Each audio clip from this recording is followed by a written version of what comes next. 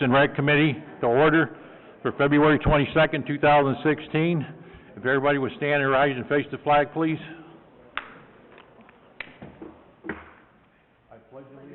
To the flag of the United States of America and to the republic for which it stands, one nation, under God, indivisible, with liberty and justice for all. Michelle, roll call. Good evening, Board. Chairman Tenderwood, Here. Mr. Paschal, Here. Ms. Fletcher, Here. Ms. Nelson, Ms. Webster, Here. Ms. White. Here. I got an email this afternoon that Vice Chair Sims would not be present. Okay. Okay, we have any agenda modifications? Nope.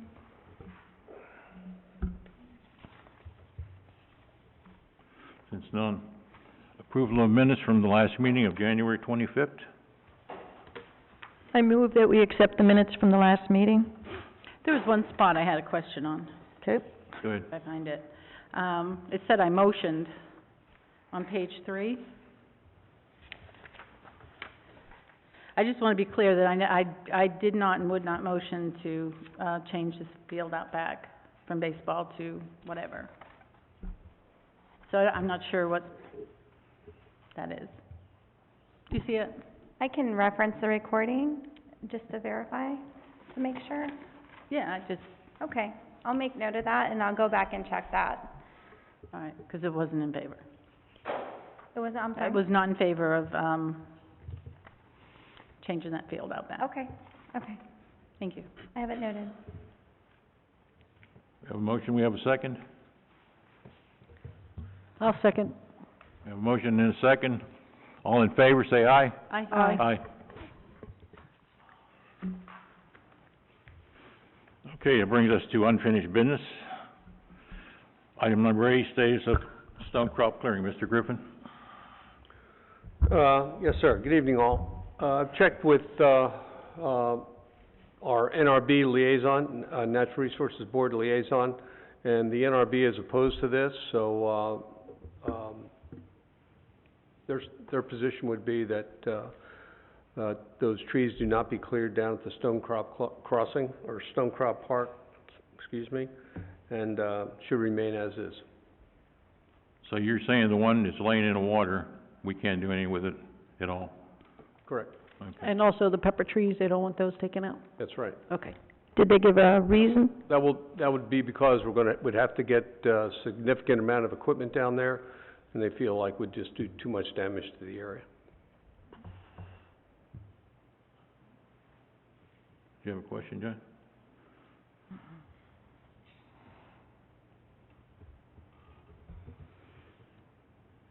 So does that also impact the proposal to do a kayak launch too then, that was in around base with the tree removal, or it's one? I think that, Together or not together, just so I understand. excuse me, I think that would be if the tree was removed, that would be, there's an area there, I think, to launch kayaks as it is right now, but they're preferring that it remain as is. Any other questions? Okay, so then people can launch from the, or we have that, where that site is now. But I think part of the question was if there was some way to have pullover or parking or something, a small area, just so they could do that. I don't think, I think there's places to park right now on the street. I think that we have signs up there right now that say dusk till dawn, or, dawn till dusk, excuse me. I think it would be, personally, getting into something where we're creating a lot of parking down there, that would not sit well with some of the neighbors. I think there's enough access as is right now, but if the committee would like to give a recommendation further, I'd be glad to take a look at it, send our engineer down there, see if there's any parking that we could create on the side of the road. Looking at it from, I guess it would be Starflower at Stonecrop. The only parking actually is on the left-hand side. Is that right? No, there's a Starflower intersects right there at the top of Right. that, of that clearing of the park. So you could, theoretically park on the west side facing south, I would think. Admittedly, there's not a lot of parking, but you could park along that, the side of the road there, I think. Okay, any other questions for Mr. Griffin on this?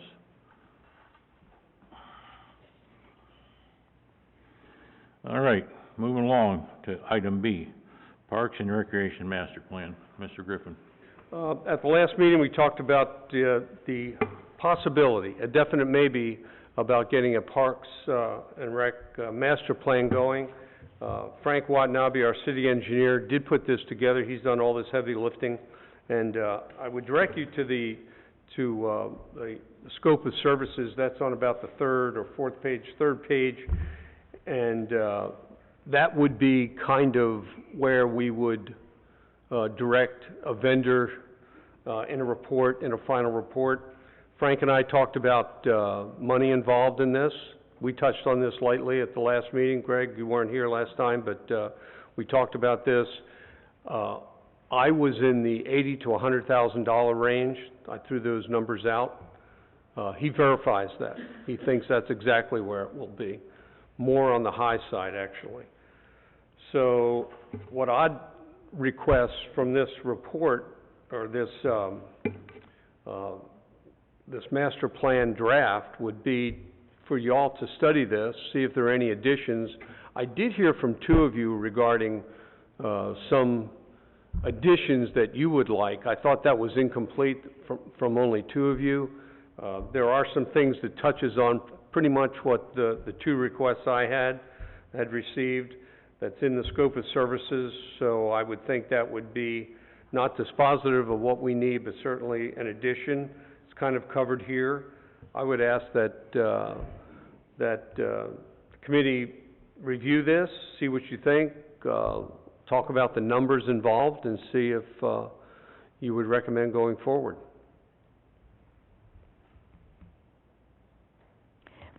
So we can go through this and bring questions up at the next meeting then? Sure. Okay. Obviously, I'll take emails in the office and see what your desires are. Obviously, I won't be shuffling that to other members, but I'll take your recommendations. We can add this on. Perhaps we can refine this RFP, and if you decide to go forward, always keeping in mind what the numbers are going to be when we get this back, probably about $80,000 to $100,000. Okay. And this is just to send it out to bid, right? That's correct. Yes, ma'am. To me, I think that our money could be better spent here. I think a comment was made at the last meeting that that's what you all do, and so that's something to weigh. Certainly, if that $180,000 to $100,000 can be used on more tangible things, if that's your desire. I thought we had decided that we were We're gonna keep gonna it try to do it in-house. in-house. Yeah. Yeah.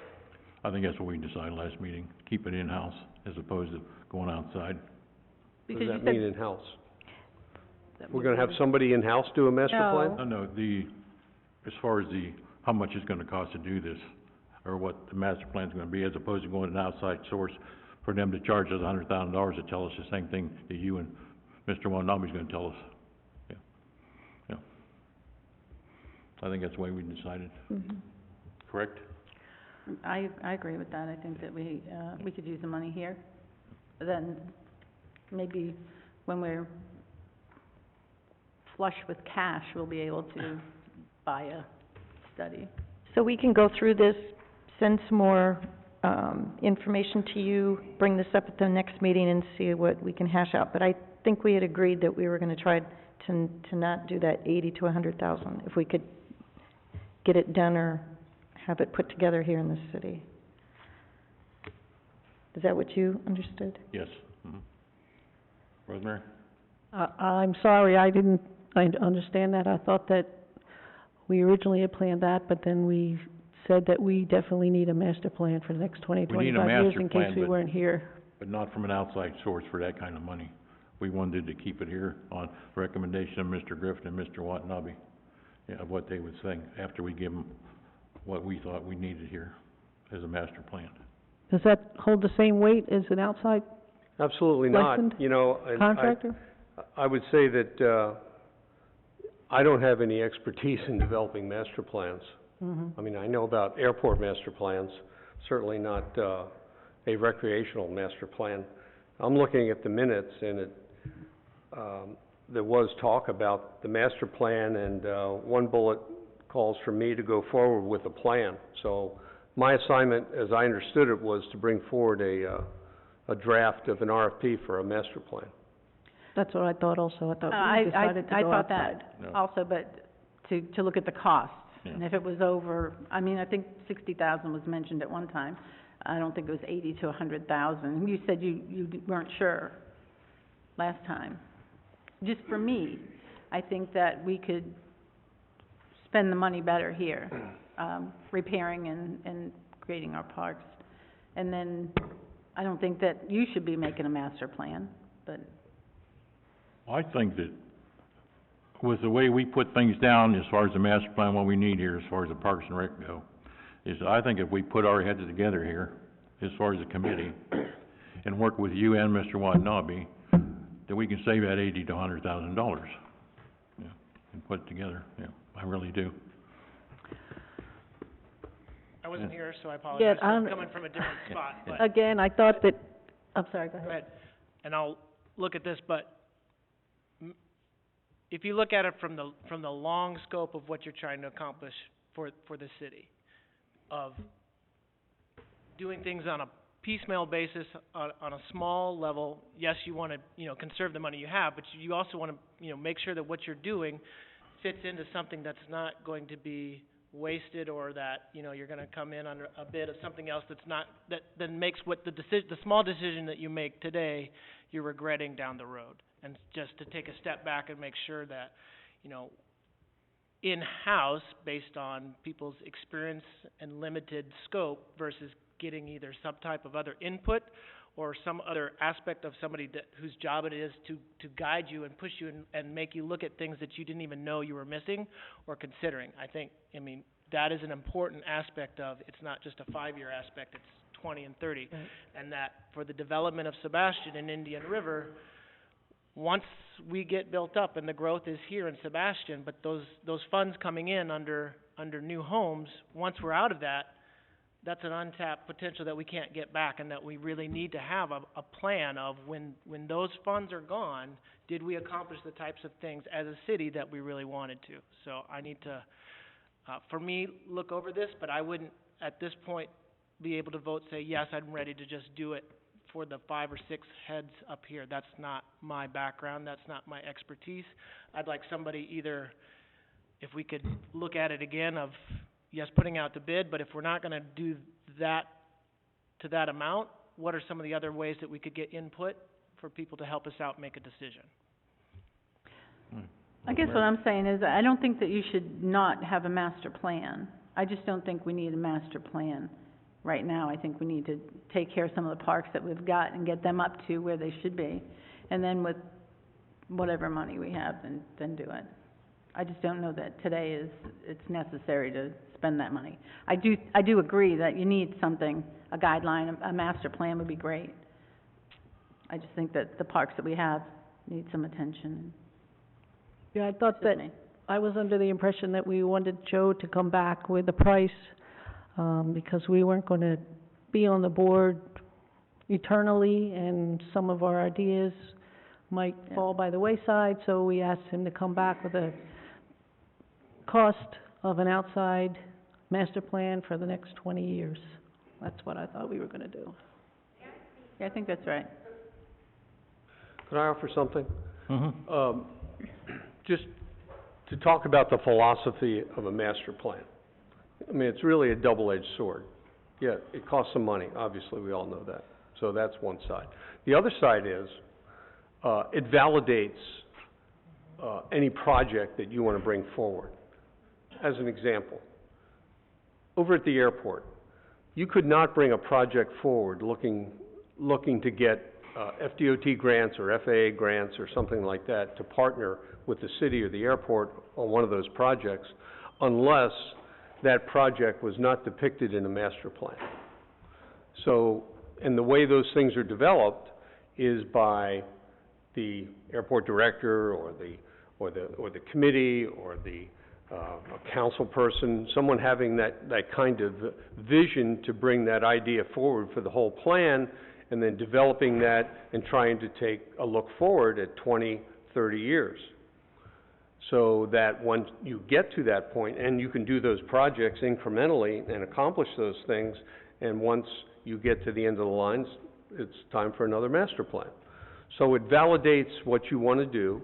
It's a roadmap, so to speak. That's the good news. The bad news is it costs money. And it just seems there is certainly a great way to bring those projects forward with validation to the city council, so that they can set their imprimatur to it, and that it gives the committee that kind of validation that we need. Unfortunately, it's going to cost some money, and just coincidentally, and I sat Frank down after the last meeting and said, okay, let's talk about the numbers first. Exactly what I talked about. He wasn't watching the last edition, so he knew, but the exact number. I've got experience with those master plans out there. I know what those things cost. Pretty good idea about what this would cost. So, not saying that's how you should go. That's not my recommendation, but there are good and bad about the subject. What would your recommendation be? I'd recommend taking this RFP, request for qualifications, RFQ, taking it home, see if it validates any of the things that you've been thinking of, and get back with me, and then we can have maybe a more full discussion next time. Frankly, I would recommend not killing this. I mean, Frank did put some thought into this. This is just something that is not frivolously put together. So I would suggest that take a closer look at this, and maybe there's some things in there. In retrospect, you'll see that you might like a day or two from now. Well, that's a good idea. Yeah. I agree with you, because we need a master plan, because I give you my list of, I'd like to see a year, 5 years, 10 years, and we need to have something here on paper where we're moving at. So let us go over this thing again and nitpick it and bring it back next meeting. Is that okay with everybody? Yep. It's okay with me. Mm-hmm. Okay, that brings us to item C. They're gonna have to wait, yeah. If you people wanna wait for the public input, or you wanna talk about the master plan? I wanna talk about the master plan. Okay, come on up forward. And just reference, would you make, what is her name? Michelle, would you make sure that the other two members do get a copy of this? Just state your name and address, please. Vincent Sciola, 1506 Clearbrook Street, Sebastian, Florida. Background, I'm a snowbird. I'm head of maintenance for a tennis club up north. And for the master plan, I think no one can do a better job than the residents. But I think what we need to do is look at all the elements, and I'll just talk tennis because that's what I'm most familiar with. But we need some upgrades to the tennis courts. So you get a little committee of the people who use the tennis courts. They know best what's needed. Now, I don't mean to pick on anyone or whatever. We spent good money on backboards on the tennis courts at Schumann. Nobody uses it, nobody wants them.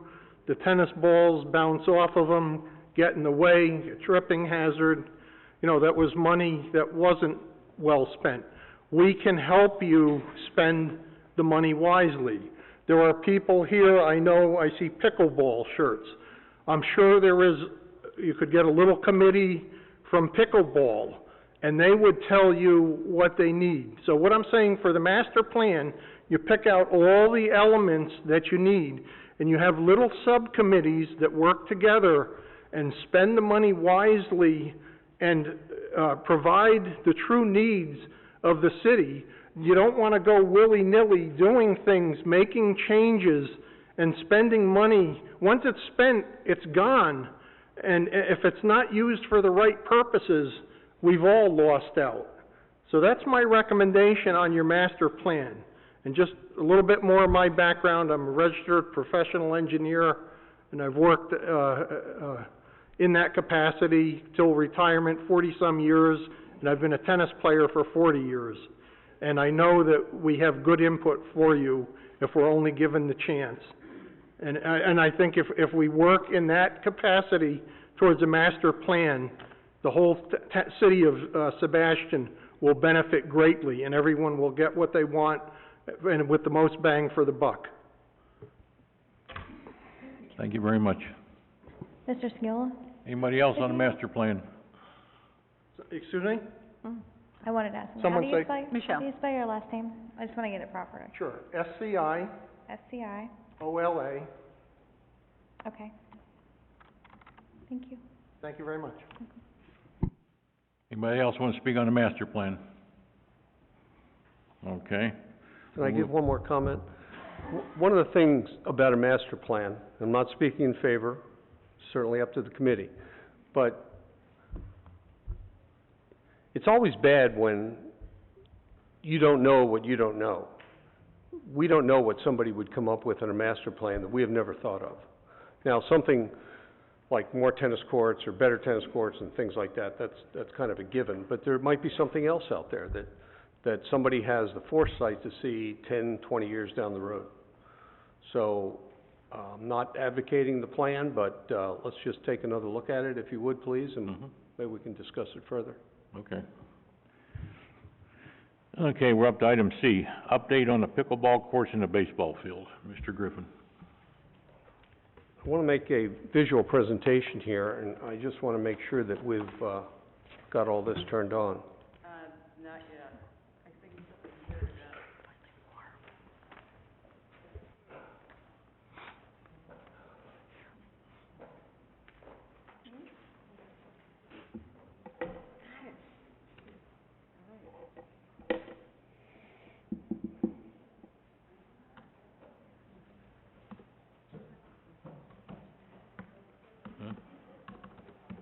No. Let's try it. I guess we don't get them. Well, there it is. Great.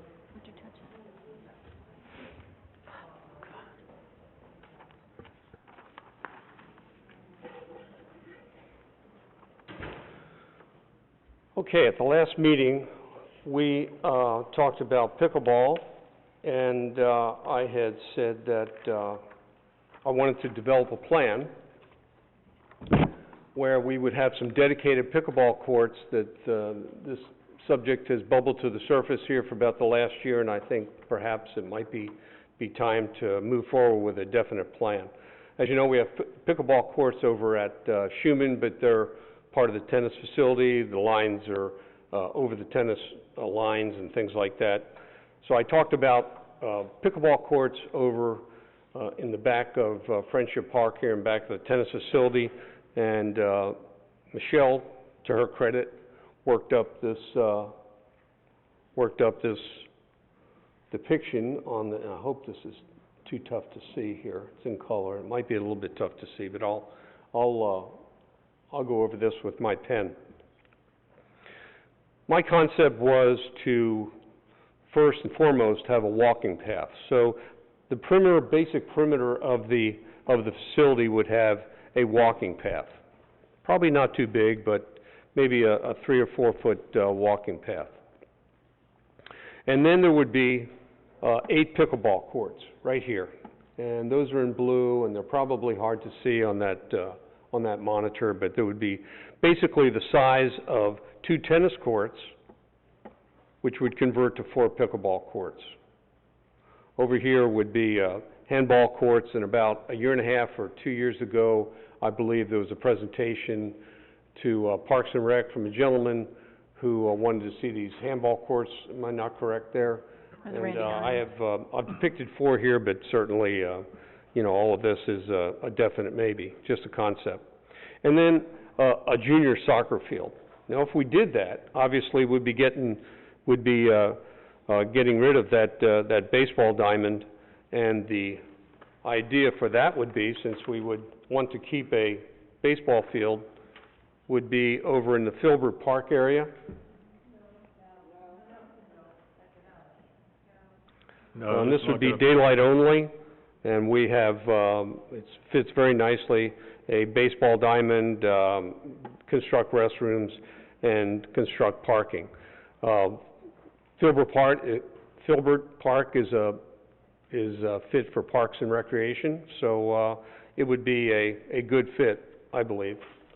There is an alternative, and that alternative is Hardy Park with just pickleball courts. Now, for this whole, my alternative 1 proposal with the, pickleball courts and handball courts and walking path over here at Friendship Park, along with the Filbert Park baseball diamond and such, we're thinking about, $60,000 to $70,000 for that alone. And then you're talking about, restrooms. Our typical restroom that we constructed, for example, at the dog park and at Main Street Boat Ramp, is right around $85,000. I think there is a better alternative and a quicker alternative and a less expensive alternative, and that's at Hardy Park. In the middle of Hardy Park, there's a huge open area. That's huge. There's adequate parking. We could, improve the parking along the south side of the park, an extension of the parking that's there now. There's a flat walkway up to, 8 pickleball courts in the center portion of that open area. There's also a restroom already constructed. Restroom is right here. Construction costs for this would be the construction costs of 2 tennis courts, obviously the fencing, the netting, everything else to get it going. We're figuring on $40,000 to $50,000. And I think that would be on the high side, actually. So, there are 2 alternatives. The alternative I prefer is one that will get this done a lot quicker. We construct 8 dedicated pickleball courts in Hardy Park. Would that leave the baseball field out back? That would leave the baseball field at Friendship, and it would leave the Filbert Park as a passive park. Although we're able to put any kind of recreation we want in Filbert Park if obviously the committee recommends it and council approves it. Hardy Park, what about lights for the lights for the pickleball courts? Well, this would be daylight only. Only? Yes, yeah. You're talking lights, you're talking adding another, even if they're low-level lights, perhaps upwards of $100,000. I just think that would be prohibitive. Would that be something similar to the lights at the volleyball court at Riverview Park? Could they get along with something like that, or no? Something like that, but, There's too much expense? you know, we can always add the lights later. That's not a problem. Well, it's a problem, obviously, it's always a problem because of the expense, but, the logistics of there would be to light the lights. Obviously, we have perimeter lights around Hardy Park. Okay, let's start with Greg, come around this way. What do you think, Greg? I'd like to wait to hear input from the public to see some of the pros and cons either way before I would weigh in with a decision. I'm not an expert pickleball player. Rosemary? I agree with Greg. Let's, wait and hear what the pickleball experts have. I do have one question. Would we be able to put a handball court in Hardy Park also, or no? There's probably, an area, this is tough to say, I'm sorry. Perhaps we should have put these, courts in red for the contrast, but next time we'll do that. Mhm. Probably over in here, maybe one handball facility. As I remember, the one that was described to us, a year ago or a year and a half ago, it was kind of this, three-walled monolith, maybe almost a 20-foot wall, is that correct? Right. Something Right. like that. Yep. So, Multi-use. Is Right. drainage an issue at all or anything? at well, the that would park? be the other issue. I would have to make sure, run it by the engineers. I don't know if I would have, then I'm into St. John's, permitting and things like that. So That's this a is whole, an idea that's a whole versus- different issue. Versus an engineering actuality? Oh, yes. Let's say, and now I would not turn this loose to the city engineer. I would not do that. Right. I would, farm this out to one of our consulting engineers, and, they would handle permitting, if any, the engineering aspect, and, then we'd go out to bid to a contractor. So, as we do any project, that's how we'd run it. I would have, our city engineer as the project manager, and, but we go through engineering drawings and something like that. In one of these projects, it's a conflict for him to put his engineering stamp on that design. So, use him as a project manager and construction manager. Yes, sir.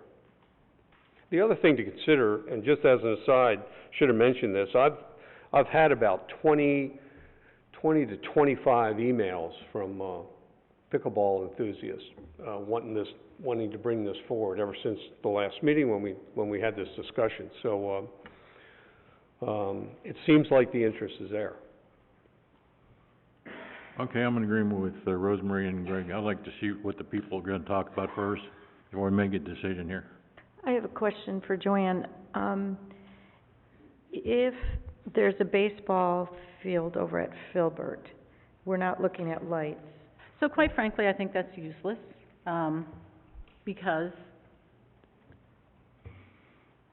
when the kids are playing and there's games at the Barber Street, that's when kids have to practice, and it's dark.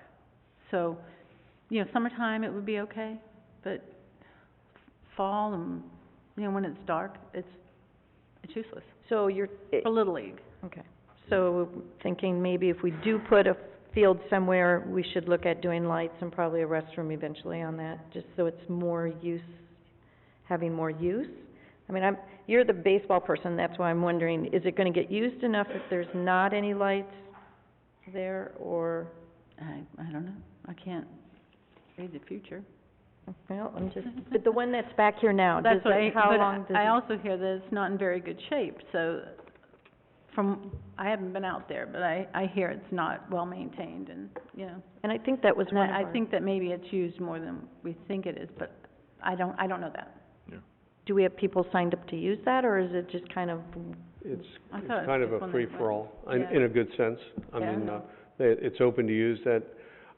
I've been out there ever since we've had this discussion. I've been out there, a few times, frankly. I think it's fairly well maintained for what its purpose is. Yeah. And I do know that there's some folks out there just with de facto soccer games and things like that, pick-up soccer games. There has been some neglect as far as, a little bit of vandalism and things like that, but, gonna get a handle on that. Yeah. I mean, there's also, as part of this discussion, which was very good, that, not to be wordy about this, but when we started this discussion last, meeting, had a few visits over there, and I'm not really happy what I see in the Friendship Park area, and I wanna get some things done out there. That there's been some maintenance issues and, some disrepair that we're starting to get a handle on, so, that's in the works. I'm aware of those things. my other thought too, listen, when we have the pickleball group come up, if we're gonna put courts in, or having lights, sounds like it's gonna be something that should get done when we put the courts up, so it's used more often. So no matter where we put pickleball courts, probably should have lights there. My concern on Hardy Park, and I'll have to go back out there because I haven't been there in a while, is just, I hate to cram a lot of stuff into one park again. I just sometimes wonder if we just take certain parts and we just keep putting more stuff in it, and that's my only concern for that. So I'd have to go back to Hardy Park and kind of walk that area to look and see.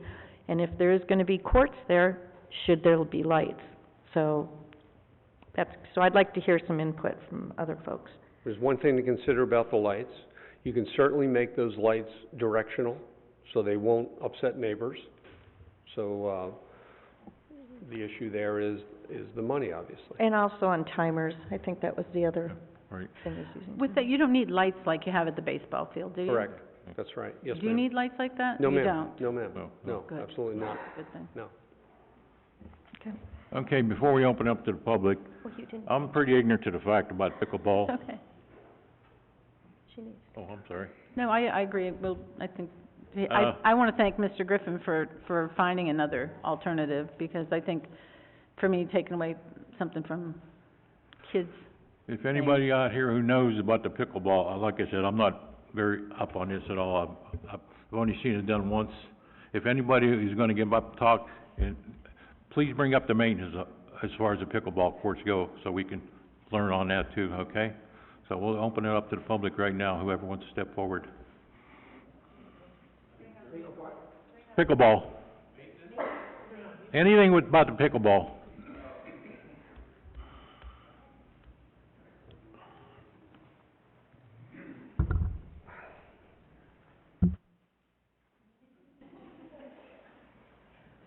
Just state your name and address, please, into the microphone. Bear with me.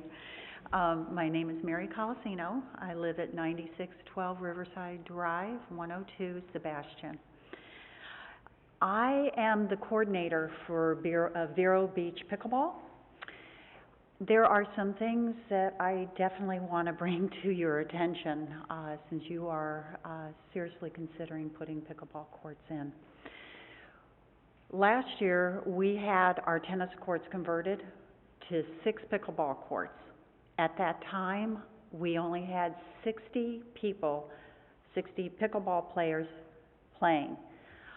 We are a volunteer group. We are part of the community. I am here because at the time, there was only one place here in Sebastian to play. So we ended up back over there because a lot of times we would play pickleball here, but we'd get here and the tennis courts were going, so we couldn't play here. Having said that, fast forward it in less than, 6 months, I went from 60 to now 230 members, which is phenomenal. And that particular time, I had, in less than 2 months, in December, when the snowbirds start coming in, is when I see things increase exponentially. The things that I want to bring up for you, for your consideration, that we are finding still, is I'm thrilled you all are talking about 8 courts. 6 courts for us is way too small. We start at 8 o'clock in the morning and go till 2 o'clock in the afternoon with full programs, nonstop, hour after hour after hour. It hits all aspects of life. It hits all aspects of proficiency. So there's beginners to advanced people that are playing at this particular time. What you need to be aware of is parking. We are finding that there's not enough parking out there. And you're talking about a pretty big park for Pocahontas. We can take up anywhere between 25, 30 spaces. Sometimes people are doubled up behind each other, and we're having to call in the middle of the place to have people move out and move back in. That's one thing I would alert you to. The other thing that I would also alert you to is seating capacity. We ended up putting, we collected funds, we ended up putting benches all around. We have 8 huge, long benches for people to actually sit on. Why? Because we had a plethora of chairs seated out outside of the courts. And so when people would get up to go play, and if it was windy, those things would go flying out and they were flying missiles. So, we need to totally nix that. So you definitely want to keep that in mind as well. The other thing is, the lights. I'm glad you all are really thinking seriously about this, because we are also finding that there's a real, at our place in Pocahontas, we don't have lights. There are people that get off work that would love to play. We hear that all the time. And so the only times that they can come in is on the weekends. Again, because we have 230 plus players, it is a zoo. It is really, really busy, and we're trying to accommodate, as I said, we're a volunteer group, but we're trying to accommodate a lot of people at that point. So I would highly suggest you remember that one. And finally, the last point that I would say is, if you are even remotely interested about bringing in funds to the city, you might want to think about pickleball tournaments. Those are huge, and they are becoming big business. Just like how tennis tournaments are, this would be as well. And you could actually get some monies from that. So I'm just going to put that on the table for you as well. And if you have any questions, I am here for you. I have one, on your, with your 230 people, do you charge them to play or no? We do, actually we do. And the city, here's the other thing for you all to consider. The city, because they ended up putting the pickleball courts in, they get half of what we get from our members. So we start off with 24, for the full entire year, they get 12. If we have people that drop in, which we do, we have quite a few people that just come in from out of town, they hear, you know, because we're on the website, they look us up. So their charge is $2. We charge $2 for them. The city gets $1 immediately. Anytime that we have booked those courts or reserved those courts specifically under Vero Beach University, the city gets the funds off of that, and it's on a monthly basis. And we have our, I call them clientele or members or whatever you want to call them. They actually sign in for us, and those are the sheets that we turn into the city. So you do get funds off of that. Okay, thank you. So you have somebody that is there all the time? I do. Honey? Yeah, actually, interesting enough, so keep in mind, if you can picture this, for 2 months starting in December, when the pickleball courts were ready to go, and it's this past December that I'm speaking of, we had a flood of people that were so thrilled that there were actual pickleball courts, not tennis courts that were lined, but actual pickleball courts, that I had floods of people coming in. We couldn't keep up with the membership forms being filled out. And if I actually told you that I had people throwing money at me, you would think I was insane, but that is reality, and I have people here to tell you that that's the truth. It got so big that I actually had to start scheduling volunteers to come in on Tuesdays, Thursdays, and Saturdays, because this is when I'm starting to see a lot of the members wanting to play, and they would play from 8 to 12. 8 to 12 was their scheduling time. So from there, we had to expand. I had to go back to the city because our courts were only available till 12 o'clock. Had to go back to the city and say, can you expand this out? Do you mind if we now play till 2 o'clock? Not a problem, they said, you know, it works.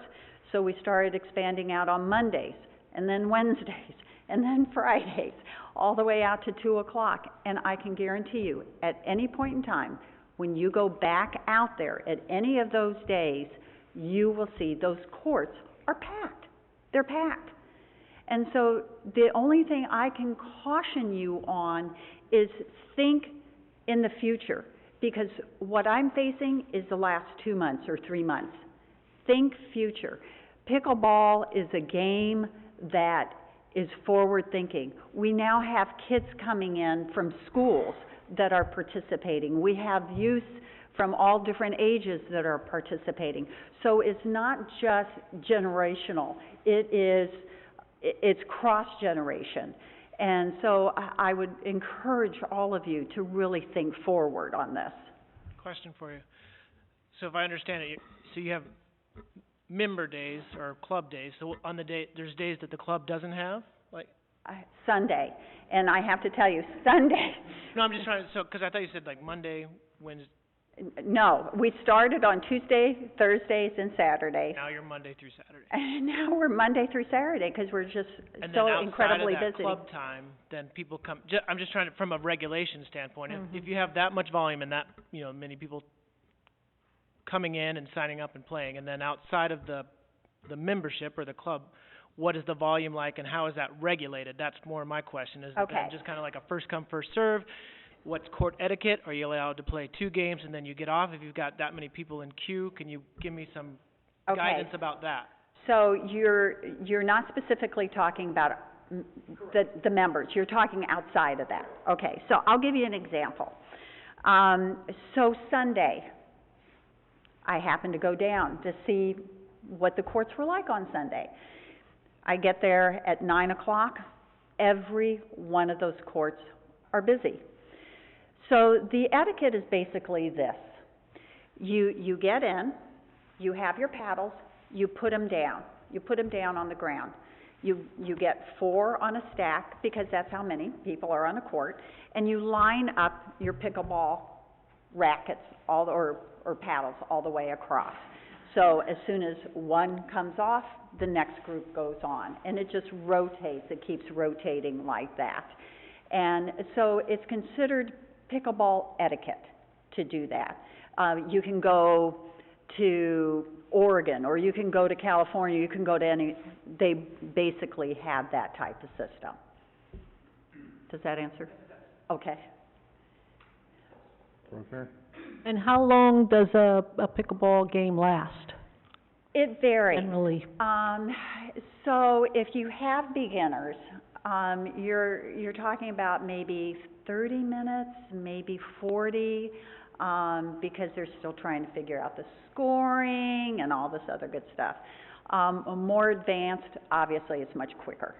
And so, and the points are to 11, and so it's not like it's phenomenally long. So you're basically talking anywhere between about 20 minutes, 30 minutes to 45 minutes, depending on the skill level. And did you step up to take that position, or are you, do you have to be certified to be in charge? Yeah, these guys laugh. Actually, they said, gee, you look like you know how to organize things. And so I would be humbled to be able to help you all. I would be humbled to get you all started. I would be humbled to be here, because it's my area. And you said Vero Beach University, is that the name of the club? It's Vero Beach Pickle University. Okay, Yes. thank you. I got a question now. On your benches and your parking, plus if you ever need to expand, will Vero work with you on this, or what? For parking, we're at capacity. That's the problem. I think at the time, nobody had the thought that pickleball was going to be this explosive. And so, indulge me if you would. So off to the side over here is like the community center. So they have their parking. Then there's 2 tennis courts that ultimately, we're keeping our fingers crossed, that will be converted over to pickleball courts, our pickleball courts, and you have parking all around here.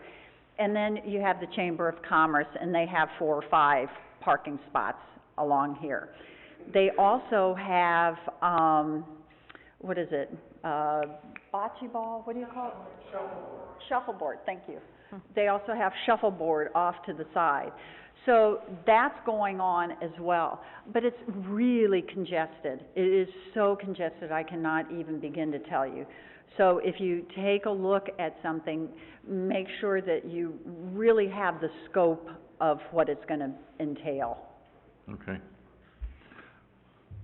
How many courts does Vero have then? Is that the only location? That is the only location right now. There is a community that is going to be putting in 8 pickleball courts, but they haven't really even broken ground.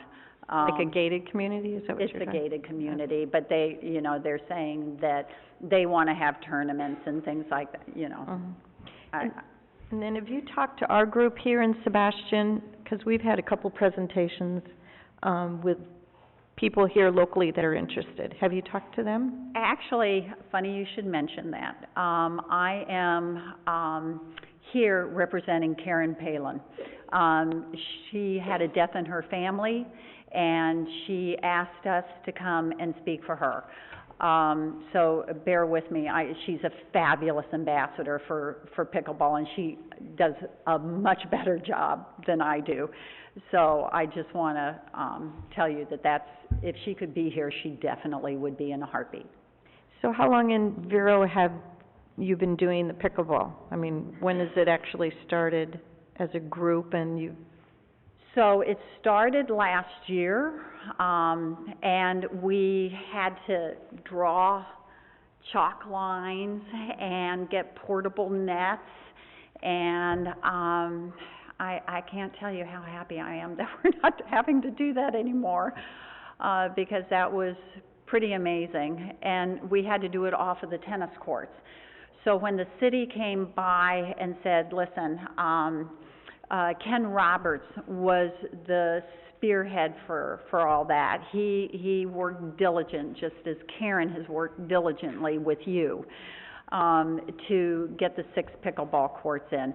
So it's been, since the pickleball courts were actually done, which was over the summertime, this past year, to where we are now, from 60 to 230 plus drop-ins. All right, thank you. Any other questions? No. I thank you very much for your insight. Well, you're more than welcome. Again, if there is absolutely anything I can do for you, I'm here. I'll be able to answer any questions that you have. If you would give your name and telephone number over here to the girls, so we can get a hold of you. We're gonna need some insight on this. I know we are, yeah. I'd be more than happy. Okay. Anybody else from the public wants to speak on this?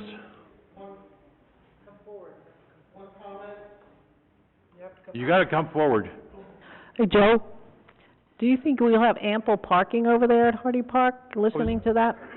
I was just looking at the diagram, and we could add the parking, so I can show you my idea if you like later. Okay.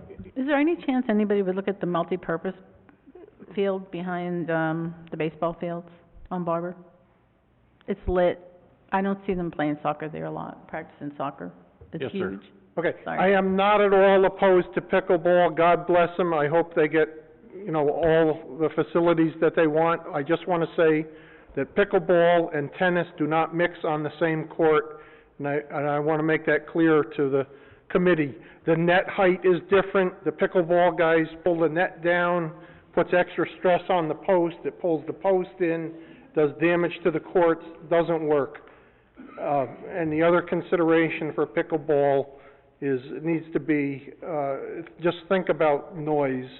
It's relatively noisy, so it needs to be addressed. Okay, thank you very much. I think we had actually, one of the reasons we looked at doing separate courts was because of the issue of tennis. And so Right. we had considered that. Yes, sir. My name is Bill Masucci. I go by California Bill. I'm the ambassador for the United States Pickleball Association for Vero Beach. I was the only player in Vero Beach in 2013. So, the reason I just got up now, we got a good staff of people here, is to indicate for you to look at a city, by Naples, on the other coast. We are gonna have 1,000 players coming here at the end of the month in, April and the beginning part of May. 1,000 people from all over the United States and different countries. And the reason I'm bringing this up to you now is since you're at this particular stage, they are now just adding another, I think, 16 courts to the original courts that they have. So it behooves you to get in touch with the Naples Chamber of Commerce and talk to them and see what they're doing. Okay? Thank you very much. Thank you. Anybody else want to get up, speak about pickleball? Yes, sir. Yeah, my name's Santos Gomez, Santos Gomez. I represent the people that live around the Filbert Street Park. It's always been a playground for kids, and we've had, last time around, they put in walk-in trail, which has never been maintained. A lot of people walk their dogs in there. There's only one main road going in and out to Barber Street, which generate a lot more traffic. And I want to make sure they keep that in mind. That last night, just in an hour, there was 25 neighbors came over and signed papers. I didn't even have to walk out of my house. They just picked me. I don't know why. I guess I got the biggest mouth. So I hope you keep that in consideration. I have a question. Yeah. The situation that we are in with Parks and Rec in Sebastian is that we are outgrowing vacant lot areas for recreation and use. And I know that on our master plan, I think everyone agreed that's one of the points that we're trying to do is to get more areas, because Barber Street complex is built out, a lot of the parks are being built out. Filbert Street is one of the park areas in Sebastian that we still have property, and we always are looking for what we can use some of these parts. It's not that we have to put something in every park, but Filbert happens to be one that has enough land in it that's why we look at that. And I know nobody wants to have, people don't want dog parks. We went through that thing. We are just, what would be your idea? I know you'd like to just leave it as it is, but it's got a lot of property there, and we're outgrowing our parks, and we're starting to feel that because a lot of the fields are overbooked. The city is growing. You can see all the houses that are starting to get built. We are growing out of what we can use here, and so that's why we've looked at Filbert, and it's, it's a park that we have that we've just kind of are not sure what we want to do with it, and that's why it's come out. So I'm just kind of curious if there's anything that... We have kids that practice soccer there. They come over and practice on Saturdays and Sundays. They have birthday parties there practically every weekend. And, there are a lot of people that walk around that area. Mm-hmm. A lot of people. They don't have a place to go. There's no sidewalks. And I know we've looked at the trees that were in the back, I think a few years ago, with paths in there, and so we've tried to think of uses for it, and like I said, it's just, we are looking for areas to expand our parks at, and Filbert is one of the ones that we have property on, and it's just... You gotta look at the traffic pattern too, just putting a baseball diamond there generate a lot of traffic. It's gonna generate a lot of traffic. Where are they gonna go? Mm-hmm. Barber Street, that's it. One shot. There's a drag racing now. Unless we control it, it'll get away from us. So the loud pickleball players on the courts, you'd rather not have them there then, right? Yeah, 3,000 of them. So you don't want either pickleball nor baseball there? Anybody else want to speak about pickleball? Come on up, ma'am. You got to step up to the microphone. Three at once. I didn't catch the lady's name, but, Say your name and address. Kathy Craig, K-R-A-G-H, 80 Joy Haven Drive. I back up to the Filbert Street Park. Is this about pickleball or Filbert Park? My question is about a pickleball. Pickleball, okay. The lady stated that the average pickleball game lasted between 20 and 45 minutes. Am I correct? Okay, do you just play one game and go home? No, let's keep it down, So, do you play multiple times, or do you just play that one game and you go home? Or is it a rotating thing? And, you know, how long is an average player out there on the courts? That's my question. I don't think anybody plays for that just amount of time and they leave. So, where I'm going with this is that there's a lot of people playing over and over and over, is my question. I mean, how often do you rotate? I guess it would be, yes, please. Yes, please come up to the microphone. To clarify, is your concern just in the total volume of time and the number of people, or just in the etiquette of having turnover? Just so that I can understand. Are you concerned from the standpoint of the number of people there, or the number of people who can play at a time? Both, because one would equal the other. I mean, I think a lot of us could make a more of an assumption. Both. Yes, sir. Ma'am. All right. So there's 4 people on a court, times 6 for us, so that's 24 people. Usually, they go on, they get off. The next set, as I was explaining with the rackets, go back on. Most people stay for about an hour and a half, just like tennis. I used to be a tennis person as well, so it just basically the same amount of time. Having said that, back to my Tuesday, Thursdays, and Saturdays. Indulge me if you would. So if I got there at 9 o'clock in the morning, I would have literally 60 people, a lot of times, lining up, waiting to play.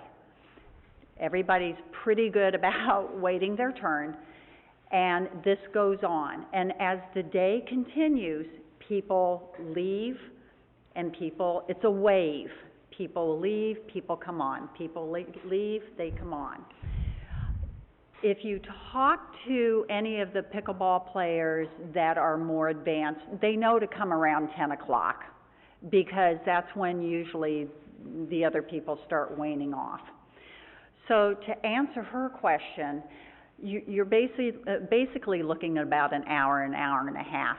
24 people on the court at all times. Does that help? And then during the summer months? During the summer months, I found also, remember, at the summer months, I had still the ones that were not even real pickleball courts, and we also still had a full group. However, because it was hotter in the day, people would end up getting off, you know, at 11 o'clock or 12 o'clock. You usually didn't have that hot afternoon play. But I do have to tell you that if you have lights put in the evening, these people would be coming back, because it is wonderful to play pickleball when it's cooler at night. Okay, I think you answered her question. Did she? Okay. All right, yep. Okay. She has one more? Ma'am? Hi. My name is Nancy Nolan, 76 Joy Haven Drive. I also live very close to the Filbert Street Park. My property, along with a lot of these other people, either are on that block or back up. My backyard is right there. I learned a lot about pickleball, never knew anything about it, and I hope that they get courts. However, Filbert Street is a very small street. So is Joy Haven, where I live. It's a small neighborhood. We have a lot of children. We have a lot of children riding their bikes. We have a lot of people in the neighborhood walking dogs. When we walk our dogs, when cars are coming, we actually have to get up on the side of the grass to get out of the way.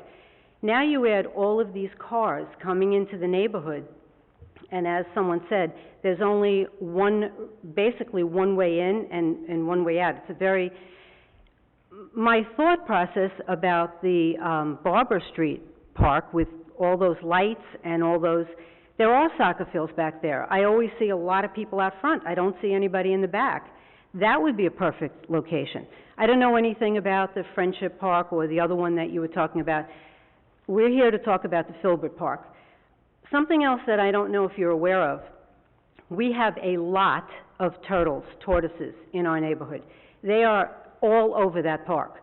We also have a lot of nests of birds in that park, which a few people have told me are some endangered birds. So these were things that, I mean, these are big concerns. And the whole idea of not having a park with, you were mentioning about, you know, that it's a lot of property. But we have children in this neighborhood. It's not just retired people. And there are people over there all the time with their children on those swings and everything. All of that would be lost. And there's no place for our kids to ride their bikes or walk, because they have to cross Barber Street to go to that other area, and that's 1.5 miles, 2 miles from our house. So the Filbert Street Park really, I mean, we moved to Sebastian. I have my granddaughter who's 13 years old living with us. The reason that we moved to Sebastian was because it's a quiet neighborhood. That would totally change the dynamic of that area. And I understand that you need parks for other things like pickleball, but you know, kids are important too, and there's a lot of them in that neighborhood. So that's basically what I wanted to say as far as that goes. Thank you very much. Thank you. Let's hold the, applause down, please. State your name and address, please. Tim Borden, 619 Brushfoot Drive. Just like you guys 4 or 5 months ago, I had no idea what pickleball was. And then I got invited out and went to play a couple evenings, and I play 4 or 5 evenings a week over at the Schumann Park. And I can tell you something, that we are in desperate need of courts. There's times where, you know, there's 10, 15, you know, people waiting for the next game. But I'm also a business owner in town, and my real estate background, I came up with a simple solution. We have all the facilities right here behind the city for the pickleball courts. Eliminating that baseball field, what would that do for the Parks and Rec? We already have tons of baseball fields in Sebastian. That way the Filbert people would be happy that they're not going to have a baseball field going in their backyard. We already have the baseball fields at Barber Street, all the schools, over there in Winter Beach, by the fairgrounds and everything else. So I don't know if eliminating a baseball field would be that big of a deal. You've got the restroom facility right there. But also I want to express to you that lights, we do need lights. So many of us play in the evening time. We work, so I think that's something that's also very, very, very important. But that's all I want to recommend. You know, losing a baseball field, I don't know if it's really going to do anything. We already got 20 others. So, thank you. Thank you very much. Keep the applause down, please. Let's hold the applause down, please, okay? Yes, ma'am. My name's Sherry St. Petery. I'm at 1501 Schooner Lane, Sebastian. I have a young family of twin boys. My husband and I both play pickleball. I actually searched for pickleball in this community I want to say in 2008, and when I was a stay-at-home mom. And once I started working, when my boys were a little bit older, I stopped looking and was so excited to find it just this past May. But my family and I, my husband and I and the kids, we all go out to Schumann Park. We're there almost every night of the week playing. If there were not lights, it would be impossible for us to play most of the year. My children are playing pickleball. They're 8. And I've talked to, I'm a teacher also, so I have talked to many of the PE coaches at the different schools, and they are introducing pickleball at the schools. The kids are interested in it. I mean, it would be something that would grow. I just want you to know it's more you know, like there are younger people playing pickleball. It's just not just for retired people, and we can really get the kids involved in the proposal that looks like for Friendship Park looked really nice with a path and a soccer field. I mean, it has multiple things for if you had a family. They could all come out there and you could play and rotate and toss the ball with your kids, and there were lots of choices. I know that the other park, the hip, I forgot its name. Hardy Park. Hardy Park. We've spent time out there too. with all the water around that park and the lack of lights for the time being, I would be concerned about the noise for the neighbors, around there. Although I do like the idea of the use, I mean, that seemed nice too. I know that there's parking but there's not really the show of growth, and the sport is growing like crazy. So, thank you. Thank you very much. Anybody else want to get up and speak? Yes, sir. Mark Woodman, 1158 Breezy Way. First of all, I am a tennis player. I did not like the idea of pickleball coming here, but now that I've seen what you think is an adequate drawing, you look like you may improve our tennis courts. So I welcome you. And also, I hope they realize that this situation, you're talking $60,000-$70,000 for lights. It took us a year and a half to get one light bulb replaced in the tennis ball, on the tennis courts. So, I mean, I hope they know what they face by getting new courts, but I welcome them. I welcome them. Nobody plays on these courts from noon to 3. They would have the whole place from noon to 2, parking, the run of the place. I invite them. I say, bring them up here, improve the whole park, improve the lights on the tennis courts, do the renewal of the material that needs to be done, that hasn't been done in years, and get the whole place up to snuff. I think it'd be great. I welcome you. Thank you very much. Anybody else want to get up and speak about the pickleball courts? Yes, sir. I'm Tim Furno. I'm 601 Monarch Way, Sebastian, Florida. I am a phys ed teacher. My major's in recreation, health, and phys ed. Also history, administration, whatever. I facilitated high schools. I sat on committees. I urge you to take a strong look at parking, at lights, and be futuristic on this project. Don't just jump into it. Don't get the pressure that we need them immediately. Step back a little bit and see what facility is going to facilitate the community.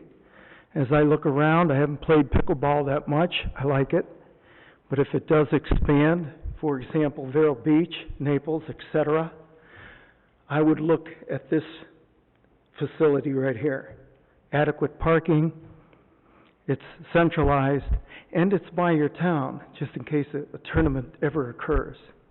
So I urge you to look at those things, and I was always picked because I was a journeyman iron worker in construction, so I know how to read prints, all that. Thank you. Thank you very much. Anybody else? Yes, ma'am. Good evening. I'm Patricia Mikos, 82 Joy Haven Drive. And I just wanted to address Ms. Webster in particular about the Filbert Street Park. I think you have to look at it as, it's not that it's underused, it's just that people don't drive there in particular. People walk there from the community. I back up to the park as well as I have at least 12 neighbors here. And everyone in our community uses the park. It's always there for the little ones. Moms take their kids there in the strollers. People do walk their dogs there. And there are tortoises. There's gopher tortoise all over. And we just don't want to see the character of that changed. It's important for our community to hold on to those things, to hold on to the wildlife that we have here. I mean, it's home of Pelican Island, right? We don't want to take those things away from our community, from our children. I'm a teacher in the community, and I really think that if the pickleball is that great, and I know there's a few people from my school, I work at Sebastian Charter, I know Ms. Palin, maybe you guys can contract somehow with the schools to use the schools' courts when they're not being used. Let's try and use the facilities that we already have and not, you know, take away from the character of the community. Okay? Yes. Thank you very much. Anybody else? Yes, sir.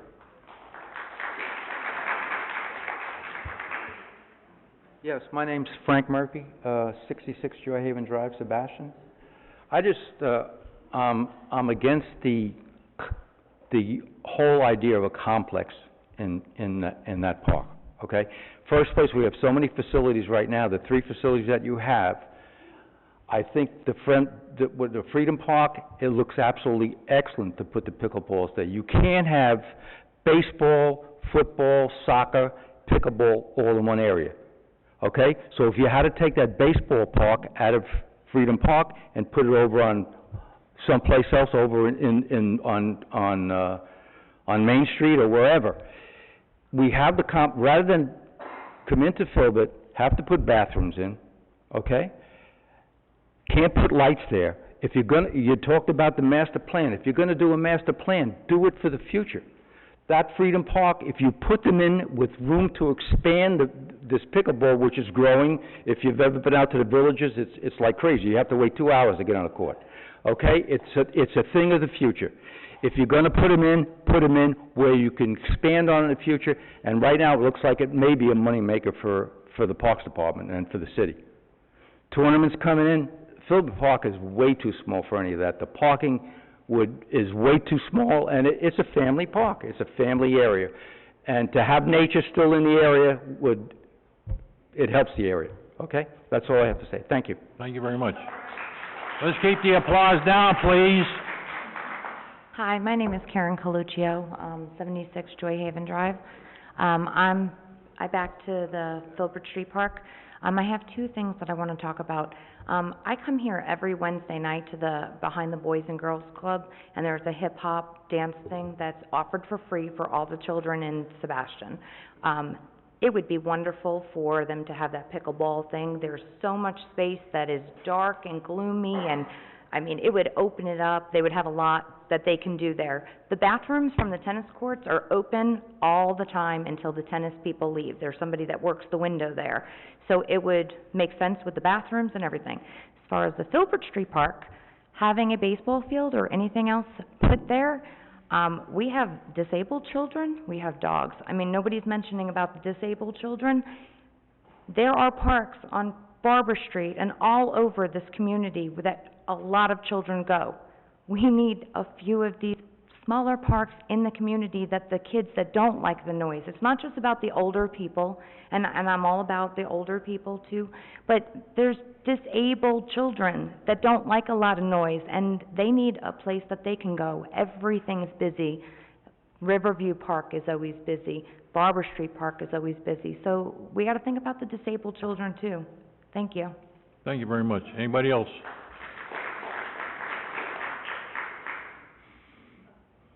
David Myers, 173 Filbert Street, directly across from Filbert Park. To summarize what I'm hearing here is that we're not against pickleball. I think it's a wonderful idea.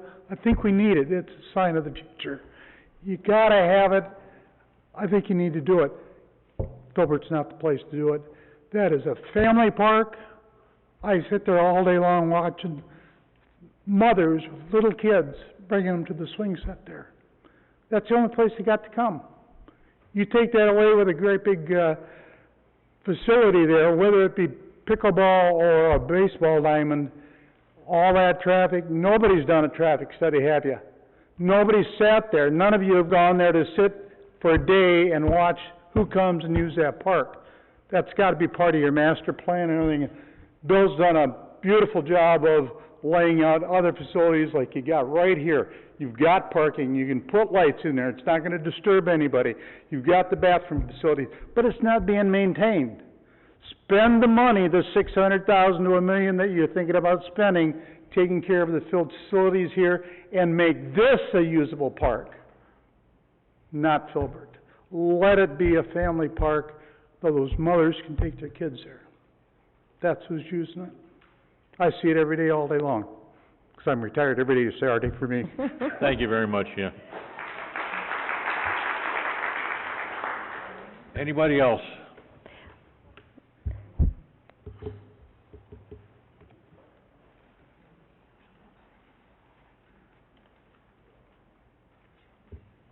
Ben Hawker, Sebastian.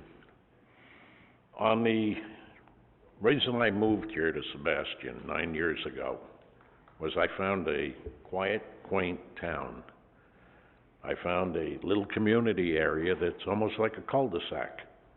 The road from Joy Haven coming around to Larchmont, meeting Filbert. That was one of the major reasons I bought there. There was a park there. I had dogs at that time, used to walk them, friends that would visit, bring their dog. And I looked at your budget numbers, and I added up, this was on your last meeting, $566,000, which would be lights and ball fields and the whole package in your meeting notes. What's missing is a fence around Filbert or any other park area to stop people from intruding onto the private properties that surround it. And I'll leave it at that, because it's just a quiet community. I went on Facebook. I found Sebastian Pickleball. A young lady, Karen Palin, has a little article on it, and it states, "We have painted pickleball court lanes over the tennis courts 5 and 6. We set up portable nets and chalk other tennis courts to accommodate larger groups. One," and it also shows pickleball courts in the possible back area here. "When did the city dedicate a pickleball court? Or did this group come in with a piece of chalk and a few nets and put a pickleball court into our tennis court area?" I'm not a tennis player or a pickleball player, but they're advertising it on USAPA.org.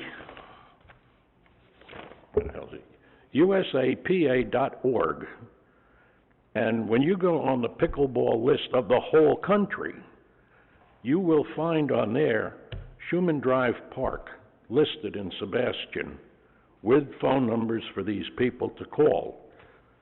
And so we're on the whole United States right now, I guess overseas too. To join the Pickleball Association, if you're under 21 for a year, it's $20. 22 and up, it's $25. A family of 3 is $60. And they're running tournaments. Now, I'd love to get the right to be the pickleball, I'd say director of Indian River, let's say, through this association. Because then I'll be running tournaments throughout the cities, different cities, our city, but anywhere. It's a business that we're looking at. We're not looking at recreation for you, me, and a few others to go play a tennis game, golf, or what have you. But as we keep going through this, what was brought up was the multiple use that Vero has with the amount of cars, the parking, and expansion. On the website, though, some are private. Vero Beach has 3 locations on the USAPA website for pickleball. Sebastian has the 1, Palm Bay has 1, and Melbourne has 10 locations. Now, if you bring that map up of the state of Florida, there's just a bunch of dots going down the full coast. Again, I think we're overstepping into an area which we don't have the room for, and I keep suggesting airport land or golf course land, but I run into problems. There's one other place, this might be futuristic, but I believe the county has a orchard, orange grove, off of Roseland near the Boy Scout camp. I don't think they're doing much with it. The county might, because we're looking for expansion land. The county might consider donating it to the city of Sebastian, if I'm correct that it is a county piece of land, which would give waterfront, large area. You can't say it's a habitat. It was an orange grove. Maybe some rabbits came by or something. Again, even with Filbert talking about the gopher turtles, they can be relocated onto a federal preserve. that doesn't hold water, because if you had it on your piece of property with a gopher turtle, you can remove that turtle and build your house. But, we're just a small little community, 200 and some odd thousand people. We are at a shortage of parks, but each little individual area of our city has these little parks. And I think our budget, the way it works out, there's so many dollars allocated for, you know, Area A, Area B, Area C. Well, if we got $566,000, which I believe was Mr. Griffin coming up with, and then the maintenance of those properties, maybe we can buy that orchard up there. Again, we're just a small community in that area. I see pickleball people advertising, and again, when did Parks and Recreation put out the authorization that that is the Sebastian pickleball court on paper? Or is this just, hey, I'm gonna go use it and use time and run a pickleball game? You brought up several points, but I will address that. It was agreed, Thank you. it was agreed to make Schumann tennis ball courts a multi-use court. And so that was done at a it was done at a meeting. Chris McCarthy went out working with the Pickleball Association to make a workable solution so that the courts could be used for both people. So that addresses as far as when did that happen. It happened with the knowledge of Parks and Rec. It happened with the knowledge of the city. I was just asking. Well, I'm answering your question, so that's the only part I can answer. Now, the organization, the Pickleball Association, are they a non-profit organization? I can't answer that, I don't Which know. would be using our facilities I don't know. at no charge? Thank you. Okay, thank you very much. Yes, ma'am. I'm back. Okay. So, in Sebastian, it is no charge, none, zip. When this started, that was the only thing we could do, is, as you said, that we were permitted to do, was line the courts, put up the nets, et cetera, et cetera. So when we were moving to Sebastian, one of the things that really endeared us was the thought of having pickleball. So how do we find it? How do you find what you want to find in Sebastian, right? You go to your council, you go to your chambers, you go to wherever. For us, it's the USPA. Does that mean that we're all members? No, I'm not a member. I'm just a volunteer. I am a coordinator. None of these people are PA people. They don't pay. So I just wanted to put that out there because it isn't a business. It's for pleasure. It's for people of all ages to be able to play. And we're thrilled that Sebastian is actually considering doing this and moving forward. Thanks again. Thank you. Okay, moving forward.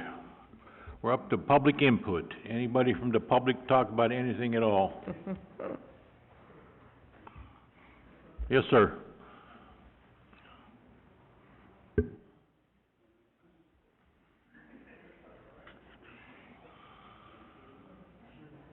Ben Hocker again, Sebastian. Nothing to do with pickleball and what have you. We've got a park area down at the riverfront. We allowed a business to put in blacktop parking spaces. It in turn made drop-offs, et cetera, and we've destroyed. Could you repeat that? I didn't quite catch what you said. Could you repeat that? I missed what you said. I don't want to be lost. Our park area down at the river.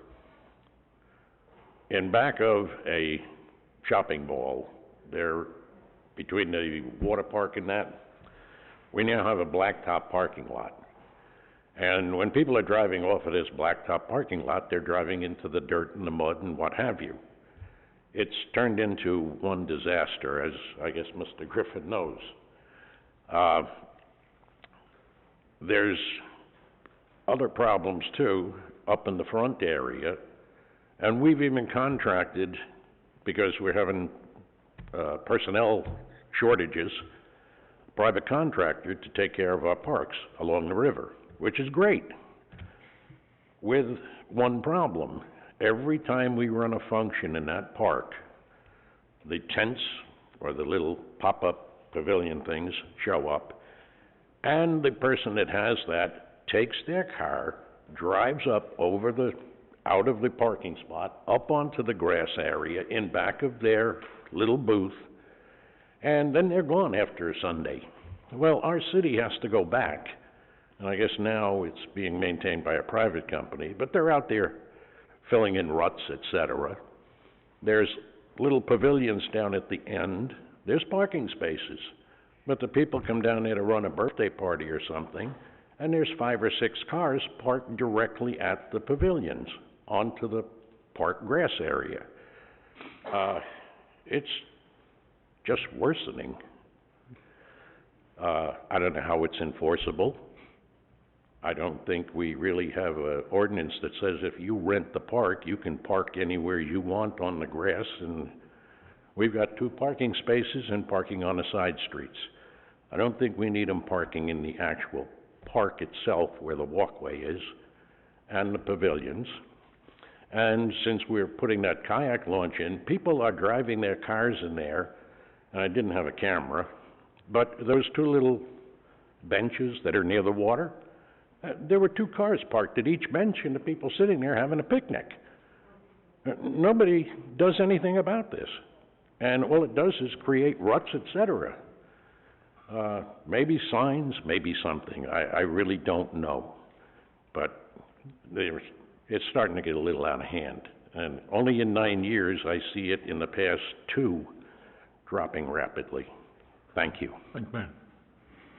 All right, moving along here. We're up to new business. We have none. Staff matters, Mr. Griffin. Nothing tonight, sir. All right, moving along, staff matters. I got a few things. He's right about the overflow parking lot down there. It is a mess. I was down there again today and I don't know what we're gonna have to do to get that thing where we can use that as a parking lot again. I mean, there's probably gonna be a lot of fill that's gonna have to come in there to get that thing. So I don't know, I have no idea. A couple things, the dog park. We need a sign out there for dusk to dawn as far as the hours go, 'cause there's people coming in 9:30, 10 o'clock at night with their dogs, yeah. And which is a little ridiculous, yeah. And also we need to, put a sign up for skateboarders in there. They're using the bathroom patio to jump over the steps with their skateboards, yeah. If we can put that in there, the sign. It seems like, for some reason, our parks aren't getting mowed on the regular schedule anymore. I don't know what the problem is, I have no idea. But some of them are starting to look a little shaggy, especially the dog park by the bathroom. Well, there's weeds over there about 3 feet high. They were there last week. They were edging and weed eating, but they didn't have any mowers with them at all. And I asked one of them why they didn't bring a mower out, and they said they didn't get the authorization to mow it, so I don't know where that comes from, so I don't know. Yeah, that was another thing, yeah. One thing about Schumann, if you're down there, the shrubs are gone. There's a buffer for the road to the tennis courts. I guess that's for security and safety right now, I guess, I don't know, yeah. And that's all I have right now. Greg? I'd like to go back to pickleball, just some of the things that were said and a couple questions.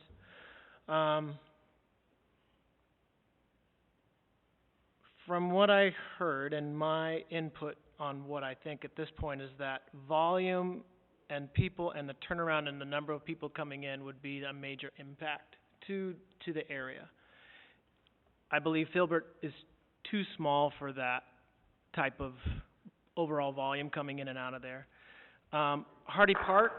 Let's keep it down, please. It's really just comments. I mean, we try to hold the applause because we're not trying to do something to favor one group or another. We're really just trying to express our opinion. So we're not trying to hold you down by saying don't clap, but could you just be respectful and not clap for the entire...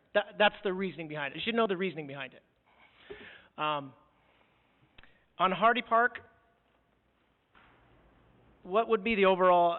I think I'd like more information about the impact of getting in and out of that park Joe, and then what types of parking that we would have to do. If we're talking about a volume of 60 people potentially waiting to get on a number of courts that are there, and it's all, the consensus was that 8 is a great number to start. But it's also kind of a catch-22. If you put you put in a high volume of parks and usable space, then that's also going to spread as far as the number of people to say, let's go here because we can get on. So it's going to be kind of both things at the same time. You offer more courts, but then you're going to have to offer more as far as expecting people to come. If you build it, they will come. So in my feeling is that I believe Friendship Park would probably be a better overall use of over spillage as far as parking. On the weekends, it could do more for the total number of people there. Boys and Girls Club, that's not really in use during, say, a morning to 12 or till 2, and then you start getting in them, them in the afternoon, and then on the weekends, that's not an issue. But as far as just supporting the overall complex. So if you look at it from a city standpoint, you've got Barber Street, where there's multiple things going on, and then Friendship Park, from a standpoint of there will be multiple things going on. We've got playgrounds, tennis courts, volleyball courts, and then pickleball, and a place for soccer. Potentially losing or getting rid of a baseball court, but looking at total impact to the community. If we have gone from 60 people to 230 in 6 months, the total impact of the number of people using the overall complex versus what is being used for the baseball. I hate to see it, but from a bigger community standpoint, I think there would I think that would be a better use of the space. And those are my overall comments on that. A couple other just aspects on different parks, but do you want to just finish on, I'd rather just kind of finish on pickleball all the way down so that we're not getting into other issues. Yeah. Rosemary? I agree with Mr. Paschal. I think that with the parking is a big concern for me. Although Hardy Park looks like it would be feasible, we wouldn't have to lose the baseball field. I am concerned about parking. I think we have a beautiful facility back here. I think it is underutilized for what we have. I agree with Mr. Paschal. I think that Friendship Park is probably the way I would lean towards as far as the pickleball. Again, getting rid of the baseball field. Maybe in the future, we could, purchase a piece of property and build a proper baseball field with a fence around it somewhere that is not in a tight community like it is on Filbert. And I think that's about it. I prefer to see Friendship Park built out according to your plan. It looked good, Joe, and thank you. Joanne? Go ahead, either one. I agree with everything you're saying. One comment is, Sebastian is a city where when people come here, you'll hear comments about, wow, there's a lot of great parks and areas here. I mean, you'll hear that from people that are new to the town. And on Parks and Rec for the years, I've been on it quite a bit, for many years, we have a lot of things for a lot of different people. I mean, you look around at our parks, we have a dog park, we have a skate park, tennis, basketball, volleyball, soccer, baseball, hiking, biking, canoe. We have a lot to offer a lot of people. And I'm kind of, interested in pickleball because I think this is another thing to add for our community, for those people who aren't maybe involved in all these other parks and things that we've got going on. So I think more information that we get, and also when we pick a park, we do look at expansion. What's going to happen in the future? Is it going to expand out? Do we need restrooms? Just like when the dog park started, we knew we were going to have restrooms. We now have a walking trail around the water area. There is, I think we were talking about adding playground or some other things there. So we do look at the whole area on how we can use it and how people, what things they're looking for. One thing we also have to remember is, besides putting in all these things, the city has to maintain all of these areas that we put. It's not just putting in a park. Once that's done, it's gotta be maintained. And our city spends a lot of money and time on the parks, and we really should thank them for the work that they do, because it is a big job, and it's only gonna be bigger, but that's one thing is to look at. Hardy Park, I'm gonna go back and look at that. I'm still not sure. I think with expansion, I'm not sure if that's something for that park. And I just wanna thank the city for all the work that they do, and it's nice to have people here with input, because it helps us with direction also. Thank you. Joanne? Okay, I don't think Filbert works for pickleball either. I don't think it's suited well for baseball. We don't have 20 baseball fields here. Sebastian Little League has 4 fields at Barber Street Sports Complex. This was put out back here. If you look back, Sebastian Little League started where the police station is now. There was 1 baseball field. And we worked together, and we had the sports complex built, the 4 fields. There's 200 kids playing. When they're really going good, it's 500 kids playing, and that's a lot of kids. So where I come from mostly is going to be for the kids. And so it bothers me, because I agree that this out back is better suited for pickleball, but it's hard for me to say, take the baseball field away from the kids. That's just how I am, so. But it is better suited. I just don't have to like it. Oh, okay, I'm gonna finish up with the pickleball here. I'm gonna take another look at a Hardy Park. I know Hardy Park pretty well. I used to work for the cities here, so I know most of the parks in the city. I'm in agreement with, Rosemarie and Greg over here as far as Friendship Park in the back here. But I'm gonna take another look at Hardy Park, make sure we have the parking facilities back here and all the, whatever we need as far as the pickleball courts and lighting back here, so that's where I John, stand can with I that. ask, has anybody looked at the multi-purpose field behind the creative playground? That's lit. They put lights in there for soccer, but I don't know how much that's used now either. And it's big. Yeah. All right, now we're gonna start with the comments. Greg?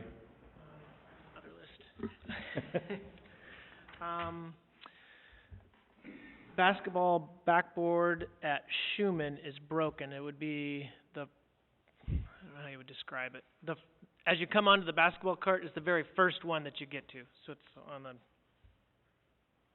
south side of the 4 courts, and it's the first one. The backboard is broken and rusted, and so when you shoot at it, it shakes, and it may continue and fall if we don't kind of take a look at it. Sorry for missing the previous meeting. We had also then mentioned potentially doing the skate competition at the skate park. So I talked with Mr. Howard, who ran a skate competition in August when it first opened. So if we're continuing to move forward with this, we need to then kind of consider, what we want to do as a committee to put in for that. If we're going, so private citizens, when they ran the last skate competition, they put in almost $5,000 of their own money in either, I'm not saying that we have to do this, but just give it a baseline of, that was prizes. The age groups that they did was 8 and under, then they did 9, 10, 11, 12, then they did a 13 to 14 and 17 above. There was 4 different age groups. They had music and prizes. So if we're going to go that route, then we have to figure out exactly Let's keep the noise down, please. what we're doing. If we're going to put money toward that from our budget, how much, so that we begin to figure out, are we paying for judges, are we going to have volunteers? I mean, there's a little bit to them. I asked them, how much time would that take to get that going, so that it's a well-run event. So at least 30 days, so that from the standpoint of when we decide to have it, of having a date, and making sure we're not in conflict with something else, and then being able to promote it. Now, having said that, is that promotion goes actually very quickly, either through word of mouth, social media, and that they had something like 90 different people competing from, Fort Pierce, Melbourne, and they had some other people, farther away than that. So, if we're gonna do it, we gotta pick a date. We gotta pick a date in around that doesn't conflict, and we have to figure out how much money we're putting toward that. But there was a competition already held there based on, when the park converted from boards to cement. Then I also talked a little bit with the staff at the skate park because I was there trying to get some information. So in and around the skate park, there's a couple issues that have come up in the new construction of the skate park. And the staff, Joan and, I forget the other person's name, who staffed it for us. Thank you. There's a pond, a big pond that forms when it rains on the north side of the first ramp, and that the drainage is really, really bad. They were under the impression that some of the things were going to be fixed after the company came in and put some things in. You can see there's some marks in the middle of the skate park where it was identified that these were things to be fixed, yet nothing has come back. And I apologize, I'm not really sure where that was. I believe Mr. Watanabe was out there to look at it and said they would be fixed. I'm just trying to find out, maybe figure out if that's still on the books or what happened from If I could comment, there was a punch list of items that and I did see some things that were done, markings that were made out there of areas. They did put a coating. Michelle, do you remember that? We did the coating out there on the skate park. Remember that was 4 months ago or so, correct? Yes, I believe so. There are some bird baths out there. That's always an issue. That's not gonna drain perfectly. But is there other things we did have 10 inches rain in January, so.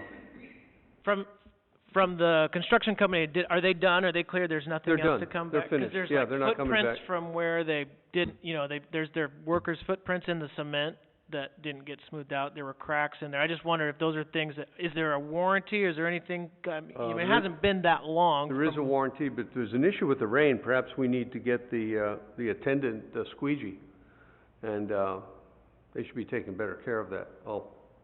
I'll see the church. My concern is it's just not yet a year old, and just of the state of that it's in now, and whether we have any recourse of just the people that put it in, whether there's something that, if they looked at it and say, no, that's not normal, that's something that would fix. This is a question I'm asking. I don't know the answer to that. I inspected that with the city engineer after the punch list was complete, and I was satisfied. Now, maybe, there's been some deterioration. I'll go out and take another look. And then the last thing is, Filbert does have one damaged swing. It's been just a regular large swing. It's been cut in half, and the chains are wrapped around the pole as it is now, and then there's one chain missing, so far as updating that.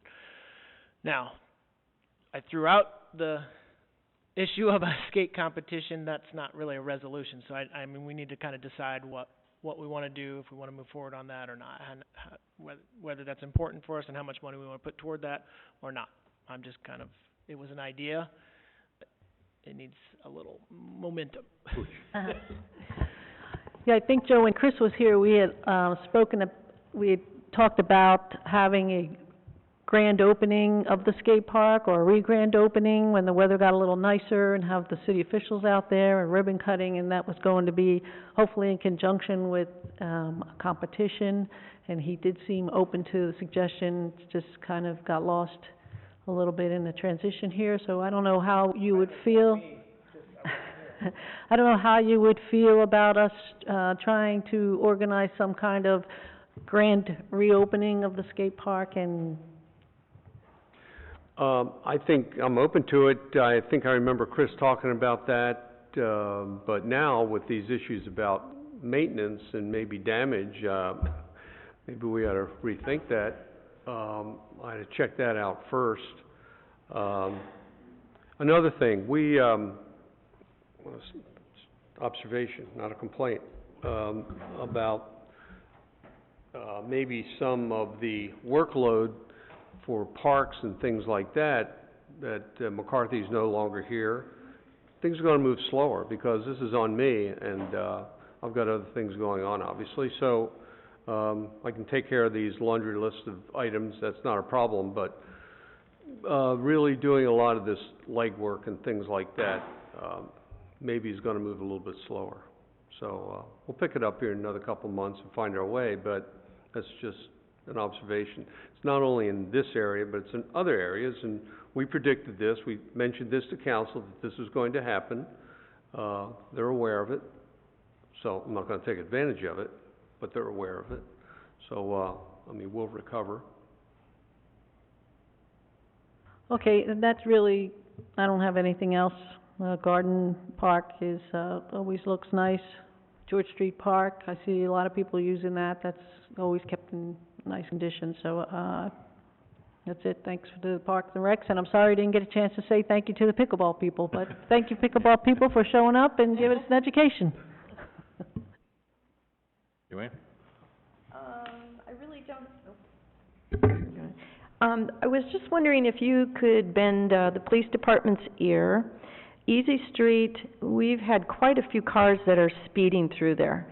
And, if they could put those portable signs, maybe, you know, have one towards Lake and Easy and then move it further down. If you drive on Easy Street, you'll see the black tire marks where whoever's going through there, and it's usually later at night or maybe late afternoons, but they're laying tire marks. And we have kids crossing streets there and people with dogs, and so I'd like it if you could maybe ask them to do something to slow that traffic down. I'm glad to do that. Aren't the, locations of those signs determined by the volunteers? As far as the machine Those itself? speed signs? Yeah. Either that or people call in and request where we can do that, right? Yeah. Looks like Miss, I already looks like wrote Miss that White down. is There's, suggesting something. there's only a few, spots on Easy Street where we can put that thing, because we usually try to put it in an empty lot. You know, you just can't put it in somebody's front yard, yeah. What about right near the park? We could put it in the park too, yeah. On the shoulder? Sure, yeah. Seemed to me. Yeah. Ms. Okay. White, just as an aside, we recently got the second speed trailer. We do have just two, correct? Right, So we recently got the second speed trailer. All those are, solar powered, by the way. Yeah. So, Could I just go back, would you mind, please? Sure. Is Stonecrop now a moot point for us, or are we going to stick with the recommendation of the, resource board, or are we going to maybe suggest ourselves to take out some of those pepper trees and maybe move out? How are we gonna move forward on Stonecrop? What do you think? Well, my thing is with the, National Resources Board, if they say something, I'm gonna go along with it, because they know more about it than we do as far as the trees. Yeah, so, yeah. I'm gonna go along with what they recommend, yeah. I mean, if I could make a suggestion, why don't you make an appearance in front of the, and, I ask can do them that to too, yeah. reconsider? I come to the meeting, yeah. At least remove some of the pepper trees and, Yeah. and the, you know, the bad species that get out. So, Okay, thank Joanne. you. Go me. Yeah, I don't have anything. Just thank you for looking for other places. I appreciate the effort. Yes, ma'am. Yeah. And my final comment is gonna be, thank you, Mr. Griffin, for all the paperwork you give us tonight. And thanks again, I guess we're gonna be on audio for the meeting, we're not on video, so thank you all the pickleball people and Filbert people for being here. And I guess the next thing is for our next date for meeting, next month. Looks like it's gonna be Monday, March 28th.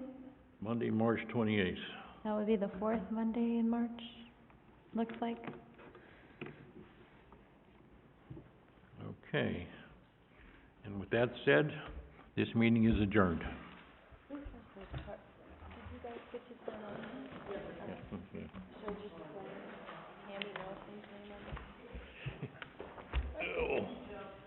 Thank you, Rose. Yes, ma'am. How are you, sir? More things to read here. Sure. How are